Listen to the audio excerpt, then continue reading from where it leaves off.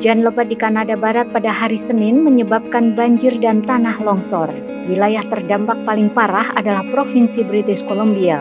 Jembatan dan jalan rusak, lalu lintas di beberapa daerah lumpuh total. Di salah satu jalan raya, penyelamat harus mengevakuasi 275 orang dengan helikopter, termasuk 50 anak yang terperangkap setelah tanah longsor dari lereng. 9 orang terluka di kota Agassiz. Mereka dirawat di rumah sakit dengan luka ringan.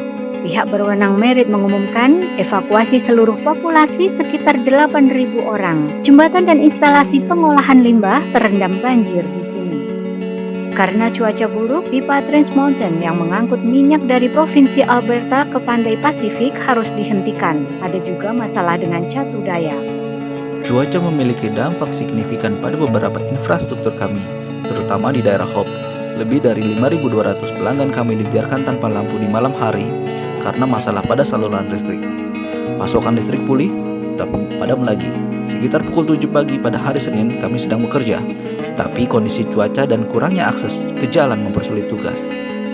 Hujan mengguyur Kanada bagian barat pada hari Minggu. Lebih dari 200 mm curah hujan turun per hari di beberapa daerah. Ini adalah norma bulanan. Menurut perakirawan cuaca belum akan memberikan jeda. Dalam waktu dekat, suhu akan turun tajam dan angin akan meningkat hingga 90 km per jam.